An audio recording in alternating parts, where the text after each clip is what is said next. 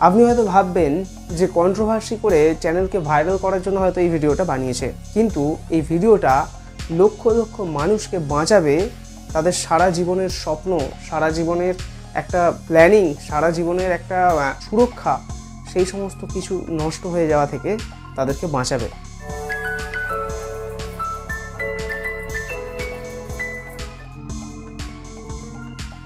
ইউটিউবে যেমন ভালো ভালো অনেক ভিডিও আছে, সেরকম অনেক উল্টোপাল্টা আলতু ফালতু বকবক করে ভিডিও বানানো অনেক আছে, যেগুলো আপনার লাইফ, আপনার বিল্ডিং, আপনার স্ট্রাকচার সমস্ত কিছুর 12টা বাজিয়ে ছেড়ে দেবে।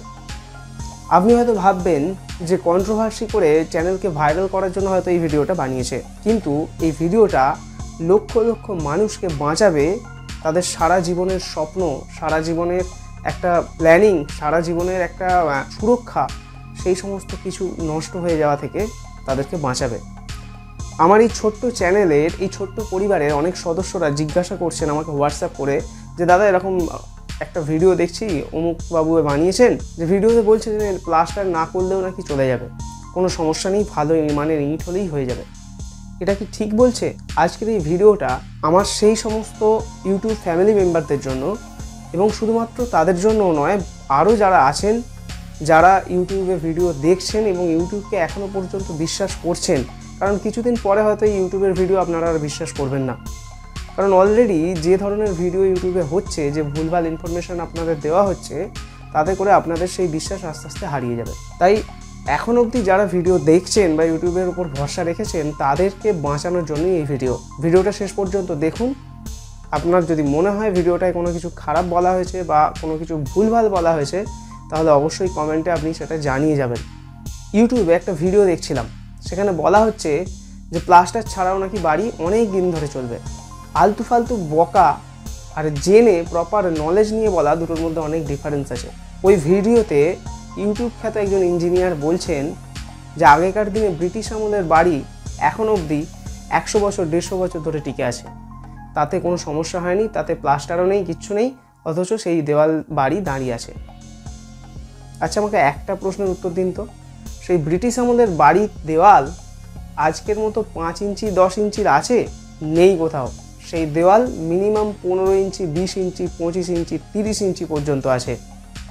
তাহলে ধরুন সেই দেওয়ালটার 10 ইঞ্চি দেওয়াল অরিজিনাল, সেই 10 ইঞ্চি অরিজিনালের দেওয়ালের বাইরে আরও 5 ইঞ্চির একটা করে ইট দেওয়াই আছে, যেটা সেই ভিতরের 10 ইঞ্চিকে প্রোটেক্ট করছে, যেটা আমরা আজকে 1 ইঞ্চি প্লাস্টার ইউজ করে প্রোটেক্ট করি। সেকেন্ড হচ্ছে, আগেকার দিনে ব্রিটিশ আমলের যে ইটের কোয়ালিটি, সেই কোয়ালিটির ইট এখনকার দিনে আছে? বাইরে থেকে একজন সাধারণ মানুষ হিসেবে আপনি একটা ইট দেখে বলতে পারবেন?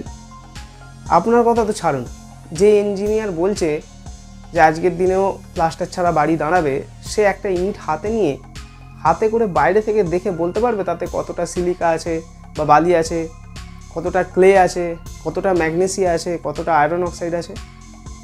বলতে পারবে না।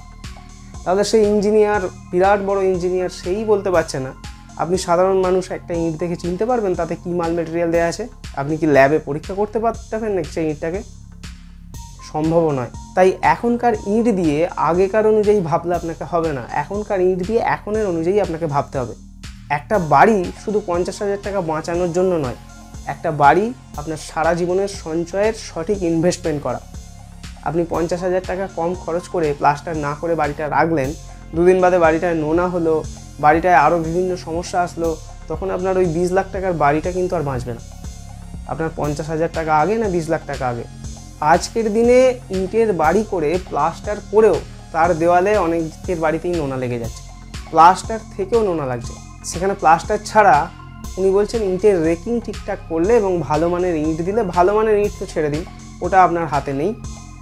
সেকেন্ড হচ্ছে ভালো করে রেকিং করলে, অর্থাৎ দুটো ইটের জয়েন্টে প্রপার লাইন টেনে গর্ত করে দিলে, যেটাকে রেকিং বলা হয়। এই রেকিং করলে নাকি জলটা টানবে না। অদ্ভুত কথাবার্তা, জল তো ইট টানবে, সেই জয়েন্টের সঙ্গে কি সম্পর্ক আছে? ইটের গায়ে যে জলটা, বৃষ্টির জলটা ঝাপটা লাগবে, সেই জলটা ইটটা শোক করবে। আর রেকিংয়ের কাজ কিন্তু ওই জলকে শোক করার আটকানো নয়। রেকিংয়ের কাজ হচ্ছে আপনার যে দেওয়ালে প্লাস্টার হবে, সেই প্লাস্টারটাকে ভালোভাবে ধরে রাখা, প্লাস্টারের ফাটল যাতে না হয়, ভবিষ্যতে যাতে না ফাটে, সেইটাকে বাঁচানো। রেকিং মানে আপনার জলটা দেওয়ালের গা দিয়ে বয়ে গেলে আটকে যাবে সেটা নয়। আগেকার দিনের দেওয়ালে কিন্তু রেকিং থাকতো অবশ্যই, ঠিক আছে, কিন্তু আপনি ভালোভাবে লক্ষ্য করে দেখবেন যে ইঁটের পিলার, সেই ইঁটের আগেকার দিনের যে বড় বড় পিলারের মাথায় কিছুটা অংশ বাড়ানো থাকতো, যেটাকে ক্যাপিং বলা হয়। এর ফলে কি হতো, উপরের জলটা নিচে দেয়ালের গা বেয়ে আসতো না।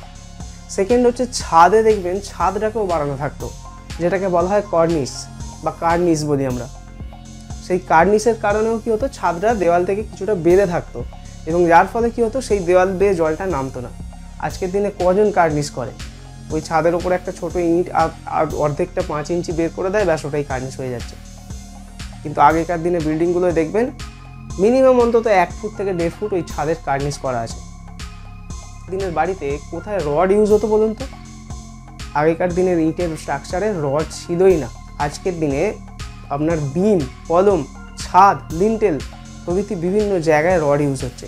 সেই রডকে শুধুমাত্র কংক্রিটের কভারটাই প্রোটেকশন দেবে না, প্লাস্টারটাও কিন্তু সেই রডটাকে প্রোটেকশন দিচ্ছে ইনডাইরেক্টলি। ভুলেও প্লাস্টার না করে ঘর করার কথা ভাববেন না। যে বা যারা আপনাকে এইসব ভুলভাল সাজেশন দিচ্ছে, তার নিজের বাড়িটার একটা ভিডিও বানিয়ে আপনাকে দেখাতে বলবেন যে সে কীভাবে বানিয়েছে। আর 2 দিন বাদে যখন আপনার বাড়ি ভেঙে যাবে, আপনার বাড়ির ক্র্যাক আসবে, দেওয়ালে ড্যাম্প হবে, তখন এই ভিডিওর মালিক আপনাকে গ্যারেন্টি দিয়ে সেই বাড়িটা আপনার নতুন করে বানিয়ে দিয়ে যাবেন, তাকে খুঁজেই পাবেন না। আপনি হয়তো ভাববেন যে অনেক কোটিপতি আছে, তাদের তো এখনও দেখছি বাড়ি করছে, দেওয়ালে প্লাস্টার করছে না, ইঁট রয়েছে, ইঁট দেখা যাচ্ছে বাইরে থেকে। অদ্ভুত কথাবার্তা।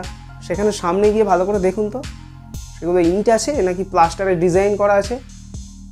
এই তো নয়, আসল পোলটা খুলে গেল, সেখানে কিন্তু ইঁট নেই, বেশিরভাগ ক্ষেত্রেই সেটা প্লাস্টারই করা আছে। আপনি দেখে মনে হচ্ছে ইঁট, সেটা কোনো না কোনো একজন রাজমিস্ত্রি ভাইয়ের কারুকার্য। আর এই যে কথায় কথায় বলছেন যে রাজমিস্ত্রিদের পোল খুলে দেবো, এ করে দেবো, রাজমিস্ত্রিরা নাকি প্লাস্টার করলে তাদের অনেক ইনকাম বাড়বে, তারা ওই কারণে প্লাস্টার করাচ্ছে। প্লাস্টার করে একটা রাজমিস্ত্রি কত টাকা পাবে? আর আপনার বিল্ডিংয়ের টোটাল বিল্ডিংটার খরচ কত? সেই 10 টাকার প্লাস্টার বাঁচাতে গিয়ে আপনি 200 টাকার বিল্ডিংটাকে 12টা বাজিয়ে ফেলবেন। হ্যাঁ, এবার আপনি হয়তো ভাবতেন যে আমি আর্থিকভাবে দুর্বল, আমার সেই রকমভাবে অত টাকা নেই, আমি একটু ফাইন্যান্সিয়ালি উইক আছি। সেক্ষেত্রে আমি একটাই কথা আপনাকে বলবো যে আপনি প্রথমে বাইরেটা অন্তত প্লাস্টারটা করে রাখুন। ভিতরের প্লাস্টার আপনি 5 বছর বাদে করুন, কোনো সমস্যা নেই, কিন্তু বাইরের প্লাস্টারটা অবশ্যই আপনি আগে করে রাখুন। দেখুন, যে কোটি কোটি টাকা ইনকাম করছে, তার কাছে একটা বাড়ি যদি নষ্ট হয়ে যায়, সে আবার একটা বাড়ি বানাবে। কিন্তু আপনার একটা বাড়ি যদি নষ্ট হয়ে যায়, আপনি কি করবেন? কে আপনার বাড়ি বানিয়ে দিয়ে যাবে? তাই প্লাস্টার না করার কথা ভুল করেও ভাববেন না। অবশ্যই আজকের দিনে প্লাস্টার প্রয়োজন আছে। যে বা যেখানে যাই বলুক না কেন, আলতু ফালতু কথায় কান দেবেন না। আপনার লোকাল ইঞ্জিনিয়ারের সাথে পরামর্শ করুন, বা কোনো সিনিয়র কোনো ইঞ্জিনিয়ার যারা দীর্ঘদিন অভিজ্ঞ কাজ করছেন, সেই সমস্ত মানুষের থেকে পরামর্শটা নিন। বা বই পড়ুন, অনেক বইয়েতে এগুলো দেয়া আছে, সেই বইগুলো পড়ে দেখুন, তাহলে বুঝতে পারবেন যে কথাগুলো আমি ভুল বলছি কি ঠিক বলছি। যাই হোক, আজকে হয়তো একটু রাগের মাথায় কথাগুলো বললাম, কিন্তু কথাগুলো বলার এই কারণেই অনেকজন ক্লায়েন্ট, অনেকজন সাবস্ক্রাইবার আমাকে কমেন্ট করে বারবার জানাচ্ছে গতকাল থেকে যে দাদা প্লাস্টার না করেও তো বলছে অনেকে বাড়ি চলে যাবে। তাদের উদ্দেশ্যে এই ভিডিওটা বানালাম। কাউকে ছোট করার জন্য, কাউকে অপমান করার জন্য কিন্তু ভিডিওটা নয়। যেটা ভুল সেটা ভুলই। মুখে আমি বড় বড় ডায়লগ দেব যে একদম পোল খুলে দেবো, কাউকে মানবো না, অন্যায়ের প্রতিবাদ করব। আরে ভাই, অন্যায়ের প্রতিবাদ করব, সব কিছু ঠিক আছে, কিন্তু নিজের অজ্ঞানতার কারণে, নিজের অজান্তে মানুষের ক্ষতি করে দেয়া, সেটাও অনেক বড় ভুল। সেই ভুলটা কখনোই করা উচিত নয়। থ্যাংক ইউ, দেখা হচ্ছে পরের ভিডিওতে।